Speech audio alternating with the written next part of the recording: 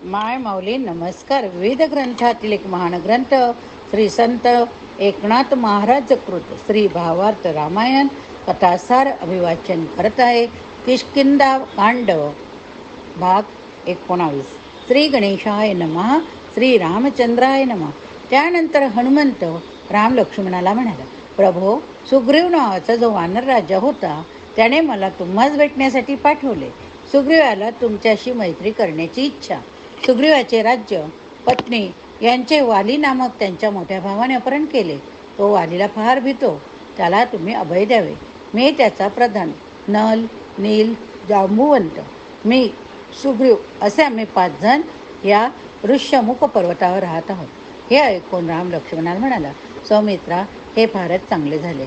आता सुग्रीवाशी आपली भेट आणायची होईल. आपले पुढील कार्य नक्की होणार. हनुमंताला तो म्हणाला, हनुमंता, सुग्रीवाची भेट आम्हालाही हवी. त्यासाठी काय करू ते सांग. वालीचा वध करायचा असेल तर सांग. एका बाणातच त्याला मारतो आणि किष्किंधेचे राज्य सुग्रीवाला मिळवून देतो. पण वाली, सुग्रीव हे दोघे कोण हे मला सांग. हनुमंत म्हणाला, पूर्वीची कथा. वृक्षराज नावाचा एक वानर मोठा बलाढ्य होता. मी ही कथा अगस्त्य ऋषींकडून ऐकली म्हणून मला माहिती. तो वृक्षराज ब्रह्मदेवाचा पुत्र. ब्रह्मदेव एकदा ध्यानमग्न बसला असता त्याला अवस्था प्राप्त झाल्यामुळे त्याच्या नेत्रातून आनंदाश्रू गळू लागले. त्याने ते अश्रू बोटाने झटकले. तोच त्या अश्रूतून एक वानर उत्पन्न झाला. तो वानर सदृश खोट्या करू लागला. खोड्या करत होता. त्या खोड्यामुळे ब्रह्मदेवाला फार आनंद वाटत होता. तो वानर ब्रह्मदेवाचा लाडका झाला. तो त्या वानराचे सर्व लाड पुरवू लागला. वानराने ब्रह्मदेवाचे उत्तम मनोरंजन केले. ब्रह्मदेवाने त्याचे नाव वृक्ष ठेवले. वृक्षराज नावाने तो सत्यलोकात प्रसिद्ध. पुढे एकदा काय झालं, वृक्षराज सत्यलोकाबाहेर पडून कैलासात गेला. तेथे त्याने एका सरोवरात स्नान केले. पण त्या सरोवराला उमेने शाप दिला होता की जो कोणी त्या सरोवरात स्नान करील तो तत्काळ स्त्री होईल. त्याप्रमाणे वृक्षराजाचे रूपांतर एका स्त्रीत झाले. शापाचे पूर्वत असे की त्या सरोवरात उमा व शिव जलक्रीडा करीत असता तेथे अचानक सप्तर्षी स्नानासाठी आले. त्यांना पाहताच उमेला फार लाज वाटली. ऋषी पटकन निघून गेले. पुन्हा कोणी पुरुष अचानक तिथे येऊ नये म्हणून उमेने शिवाची आज्ञा न घेता जर कोणी त्या सरोवरात स्नान करील तर तो स्त्री होईल असा शाप दिला. वृक्षराजाचे स्त्रीत रूपांतर झाले. त्या वृक्षराजाने त्या सरोवरात उडी मारली. त्याला कारण विचित्र घडले. त्याने उत्तम फुलांनी शृंगार केला. तो सरोवराच्या काठावर येऊन पाण्यात डोकावून पाहत होता. तेव्हा त्याला त्याचेच प्रतिबिंब पाण्यात दिसले. त्याला वाटले, हा आपला प्रतिस्पर्शी. त्याने पाण्यात बसून आपल्याला वेळावून दाखवित आहे.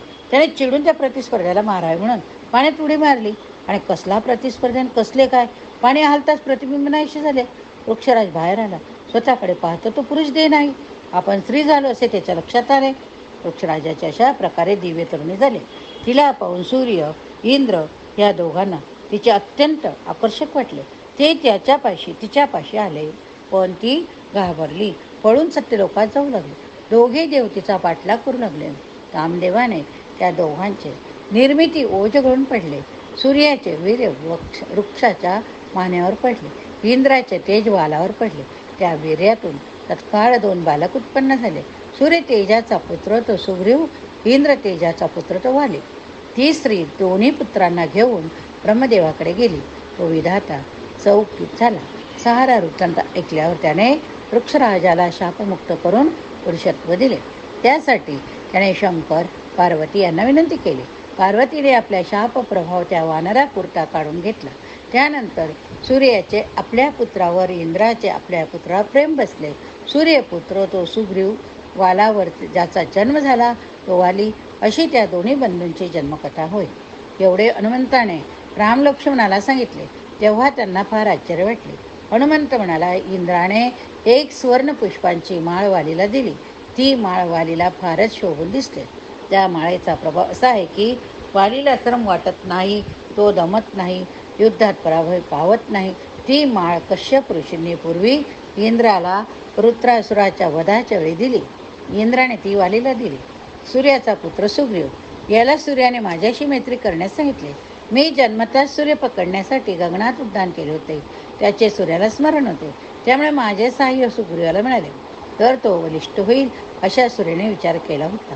ब्रह्मदेवाने वृक्षराजाला राज्य करण्यासाठी विष्ट्याकडून किष्किंधा नगरी निर्माण करून तिचा त्याला राजा केले. सर्व वानरगण त्याचे प्रजाजन झाले.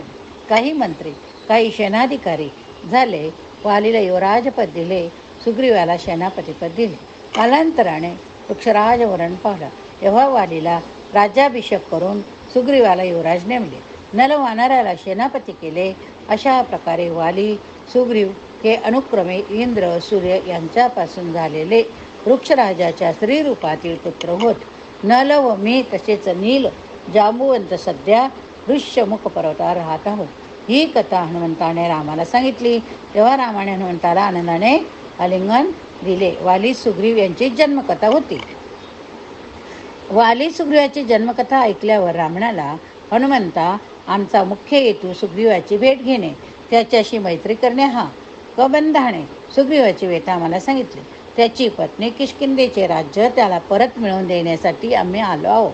आता सुग्रीवाची माझी भेट घालून दे.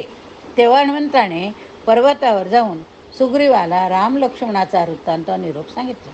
त्याला रामाच्या भेटीसाठी घेऊन आला. सुग्रीवाने रामाला म्हटले, मला हनुमंताने आपल्या आगमनाचा हेतू सांगितला. मी धन्य झालो. आपण माझा स्वीकार करावा. मी आपल्याला शरण आलो आहे. असे म्हणून त्याने रामाला साष्टांग नमस्कार केला. रामाने त्याला उठवून त्याचा हाताती धरून आलिंगन दिले. त्या क्षणी सुग्रीवाचे हृदय अत्यंत आनंदाने भरून आले. त्याच्या मनात सहज दृढ स्नेह मित्रत्वोत्पन्न झाले. ते दोघे समान हृदयाचे, समान भावनेचे सुहृद झाले.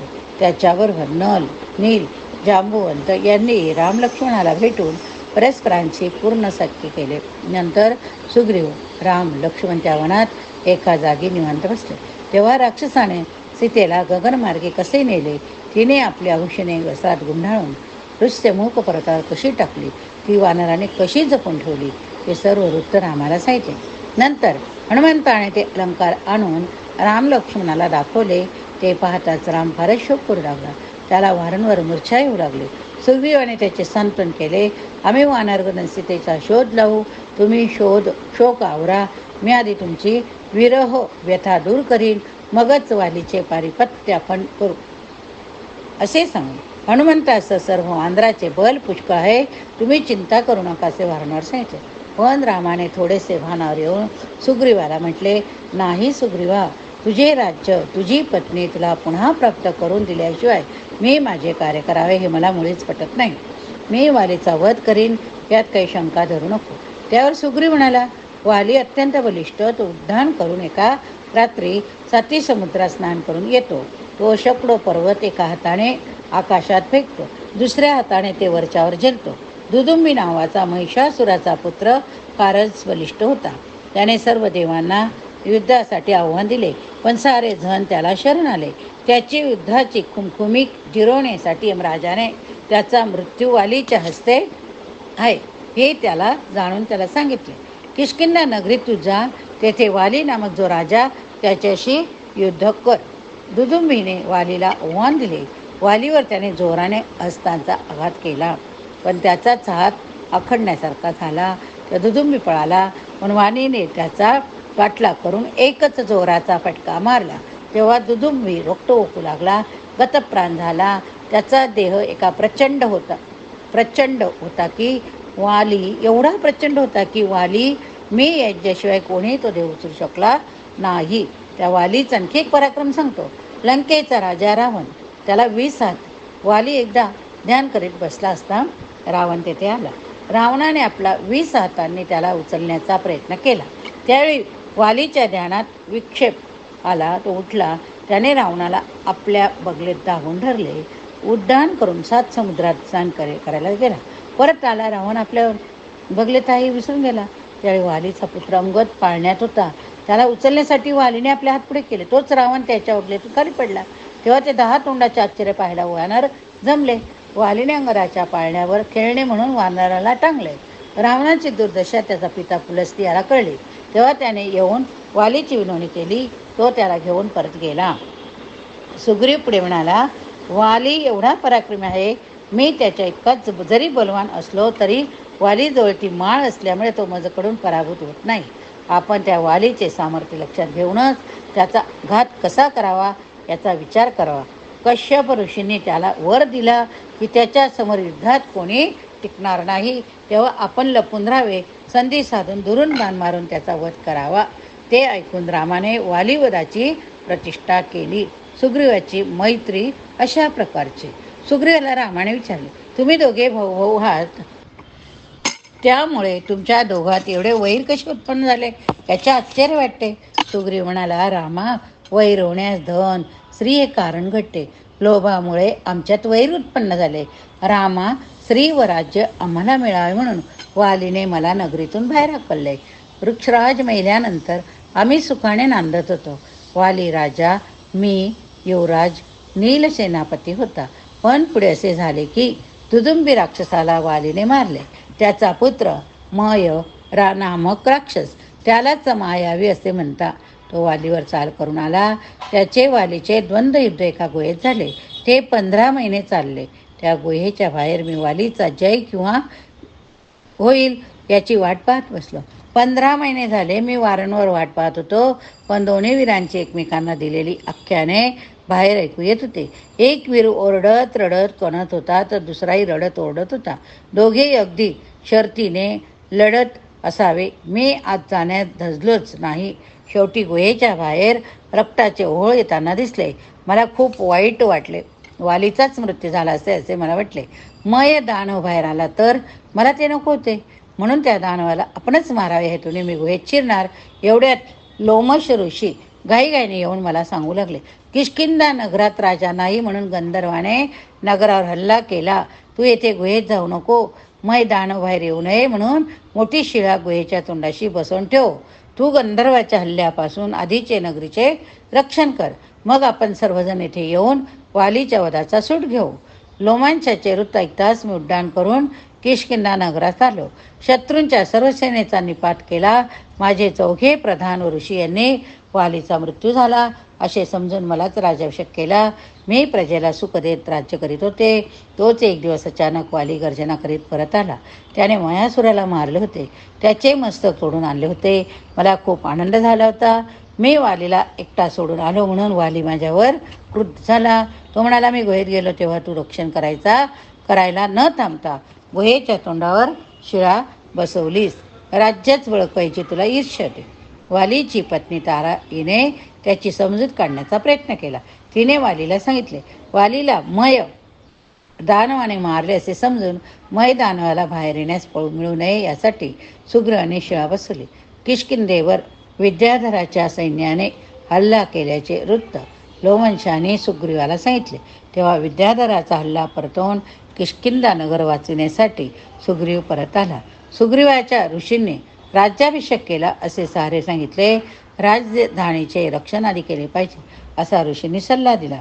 तुम्हाला शोधण्यासाठी जेव्हा सारे गुहेकडे गेले तेव्हा तुमचा मृतदेह न सापडता मयाचा मृतदेह सापडला. तुम्ही कोठे गेला याचा पत्ता लागला नाही. सुग्रीवाच्या शोधासाठी तुम्ही रानोमाळ भटकलात. त्यावेळी सुग्रीवासह सेनापती गुहेकडे गेले. तुमची चुकामुक झाली. मग ऋषींच्या सांगण्यावरून सुग्रीवाने किष्किंधेचे राज्य सांभाळले. पण हा सारा युक्तिवाद खोटा ठरवून वाली सुग्रीवाला मारण्यास उठला. तारेने त्याचा हात धरून थांबवले, पण त्याने सुग्रीवाची पत्नी रुमा हिला जबरदस्तीने आपल्या ताब्यात घेतले. सुग्रीवाची राजचिन्हे, वस्त्र, भूषण काढून घेतली, त्याला घालवून दिले. सुग्रीवाचे प्रधानी वालीच्या धाकाने सुग्रीवाबरोबर तेथून आले. एवढी सारी कथा सुग्रीवाने रामाला सांगितली व म्हटले, श्रीरामा, माझे राज्य गेले. माझी पत्नी वालीने हरण केली. मला रात्रंदिवस चैन पडत नाही. वालीने मला मारण्याचा प्रयत्न केला. माझा काहीच अपराध नव्हता. आता मी त्याला मारूनच निश्चित होईल. त्याचा मला धाक वाटतो, कारण त्याने जर माझ्याशी युद्ध केले तर त्याच्याजवळ ती विजयमाला असल्यामुळे त्याचाच विजय होईल. मला कोणताचाही आधार नाही, आता तुझाच आधार आहे. त्यावर श्रीरामाने सुग्रीवाच्या मस्तकावर आपला कृपाहस्त ठेवला. मी तुझ्यासाठी वालीचा वध करीन, चिंता करू नको असे आश्वासन त्याला दिले. एकनाथ महाराज म्हणतात, अशा प्रकारे वाली सुग्रीव या 2 भावांमध्ये वैर कसे उत्पन्न झाले होते त्याचा इतिहास या अध्यायात आपण वर्णन केला. वालीव सुग्रीव विरोधाची कथा आपण बघितली. सुग्रीव रामाला पुढे सांगू लागला, आम्ही किष्किंधा नगरी सोडून निघालो, पण वालीने आमचा पिछा सोडला नाही. आम्ही नेहमी गुप्तपणे राहत आलो, तरी आमच्या पायटीवर त्याचे धूत राहता. आमच्या ठाव ठिकाणा त्याला सांगता. आम्ही अशा प्रकारे हिंडत असता नारद मुनी आम्हाला भेटले. त्यांनी आम्हाला सांगितले, तुम्ही ऋष्यमुख पर्वतावर राहायला जा. त्या पर्वतावर वाली येणे शक्य नाही, कारण दुदुंबी राक्षसाला जेव्हा वालीने मारले तेव्हा त्याचे प्रेत वालीने गगनात फेकून दिले आणि ते नेमके उडून ऋष्यमुख पर्वतावर पडले. मातंग ऋषींचा आश्रम येथे आहे. मातंग ऋषींना त्यामुळे वालीचा राग आला. त्यांनी त्याचा शाप दिला, ज्या कोणी हे प्रेत येथे फेकले तो जर या पर्वतावर पाय ठेवेल तर मरण पावेल. अर्थात हा शाप वालीला कळलाच. वालीने या पर्वतावर कधी यायचे नाही असे ठरवून टाकले. तुम्ही सेनापतीसह या पर्वतावर राहाल तर तुम्हाला वालीपासून धोका नाही, म्हणून आम्ही ह्या पर्वतावर राहत आहोत. येथे जरी वाली येणार नसला तरी त्याचे भय आम्हाला कायमचे होईल. हा पर्वत जर आम्ही सोडला तर आमचा घात करू शकेल, अर्थात हा आमचा बंदिवासच आहे. रामा, मी वालीजवळ 6 महिने युद्ध केले, पण त्याचा पराभव झाला नाही. माझी पत्नी रुमा, हिला मी सोडून आणू शकलो नाही. माझी स्त्री मला मिळावी. तारा ही त्याची पत्नी आहे. मला तिच्या अभिलाषा कधीच नव्हती. मुख्य वैर स्त्री निर्मितीने आहे. रुमा मुक्त करणे हे मोठे काम. वारीने पाप केले. सुनेप्रमाणे असणारी धाकट्या भावाची पत्नी त्याने बळविली आहे. त्यावर रामाने भात्यातून बाण काढला व म्हटले, मी आता वालीचा प्राण घेतो. पण सुग्रीवाने त्याला थांबवले आणि म्हटले, श्रीरामा, त्या दुदुंबीचा मृत्यूदेह याच पर्वतावर पडला. त्याच्या हाडे अजून तशीच पडलेली आहेत. मातंग ऋषींना जेव्हा मी विचारले, वालीचेच हे कृत्य आहे, तर वालीला कोण मारू शकेल? तेव्हा ते म्हणाले, जो दुदुंबीचा मृतदेह एकटा उचलेल तो वालीला मारेल. आणि याच पर्वतावर 7 ताल वृक्ष आहेत. जो वीर एकच बाण एकदाच मारून ते 7 वृक्ष तोडून टाकेल तोच वालीचा अंत करू शकेल. राम, हे काम जर तू करू शकलास तर वालीचे मरण तुझ्या हातून होईल. हे ऐकताच रामाने सुग्रीवाला विचारले, तो देह कुठे? आता येथे अस्थींची राशीच असेल ना? सुग्रीव, राम, लक्ष्मण, हनुमंत सर्वजण जेथे दुदुंबीचे कलेवर पूर्वी पडलेले होते तेथे गेले. तेथे लहानशा टेकडाप्रमाणे दुदुंबीच्या हाडांची रास पडली. रामाने ती डाव्या पायाच्या अंगठीने एकदम उडून खूप दूरवर पिकले. सुग्रीवाने नंतर ताडाने 7 वृक्ष दाखवले. एका बाणाने ते एकाच वेळी तोडायला पाहिजेत, तेच सामर्थ्याचे गमक होय, असे मातंग ऋषींचे विधान रामाला सांगितले. रामाने पाहिले, ताडाचे वृक्ष एका रेषेत नव्हते. रामाने त्यांना एका रेषेत आणण्यासाठी युक्ती केली. लक्ष्मणा शेषाचा अवतार. ताडाचे वृक्ष खूप खोलवर मुळे गेलेले. शेषाच्या फणीवर पृथ्वी तोडलेली. रामाने आपल्या पायाच्या अंगठ्याने लक्ष्मणाच्या पायाचा अंगठा हळूच दाबला. त्यावेळी लक्ष्मणाने रामाचा संकेत ओळखला. गुप्त रीतीने भूमीतील ताडाचे स्थान हलवून 7 वृक्ष एकाच रेषेत आणले. मग धनुष्यावर रामाने एकच बाण जोडला. संकल्पपूर्वक तो बाण मारून त्याने 7 वृक्षांचे समूळ उच्चाटन केले. तो बाण आपले कार्य करून परत रामाच्या भात्यात येऊन बसला.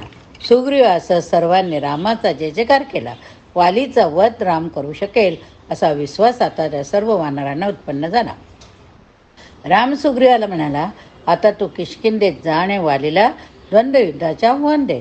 मी पण मागोमाग येतोच. भिवू नकोस, तुझा नक्की विजय होईल. सुग्रीवाला मोठा धीर आला. तो ऋष्यमुख पर्वतावरून राम लक्ष्मणास निघाला. किष्किंधा नगराच्या द्वाराजवळ जाऊन त्याने हुबुक्कार केला. वालीला युद्धाचे आव्हान दिले. राम लक्ष्मण त्यांच्यापासून दूर वृक्षराजीत लपून उभे राहिले. सुग्रीवाचे आरोळी ऐकताच वाली मनात दचकला. जो मला भिवून ऋष्यमुख पर्वतावर लपून बसला होता तो एकदम युद्धाला आव्हान देतो म्हणजे काय? याला काहीतरी जास्त बल प्राप्त झाले असावे असा त्याने तर्क केला. तरी त्याने प्रतिगर्जना करीत त्याचे आव्हान स्वीकारले. आपली विजयमाला कंठात घातली. तो नगराबाहेर धावत गर्जना करीतच आला. सुग्रीवाला पाहताच त्याच्याशी अनेक शस्त्रनिशी युद्ध करू लागला. ते द्वंद्व फार भीषण होते. हे ते अद्भुत दृश्य पाहण्यासाठी गगनात देव जमले. त्या दोघांचे रूप अगदी एकसारखे होते.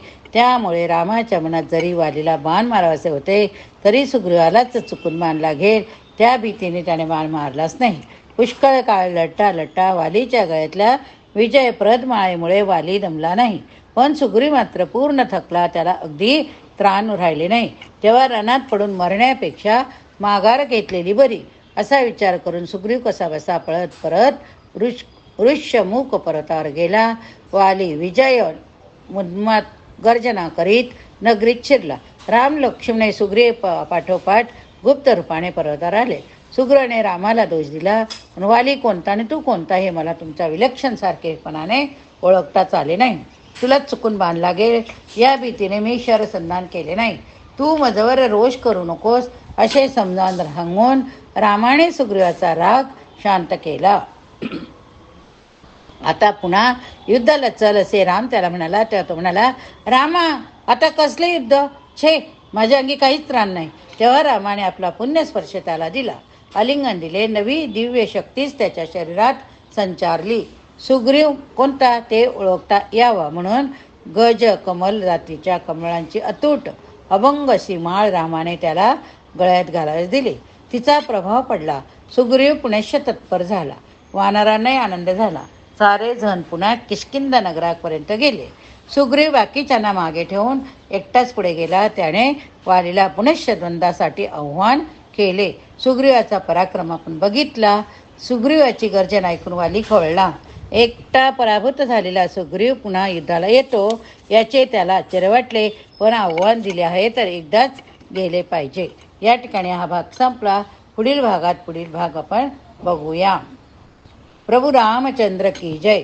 चरितम रघुनाथस्य शतकोटी प्रविस्तरम एकैकाक्षरम पुंसां महापातकनाशनम.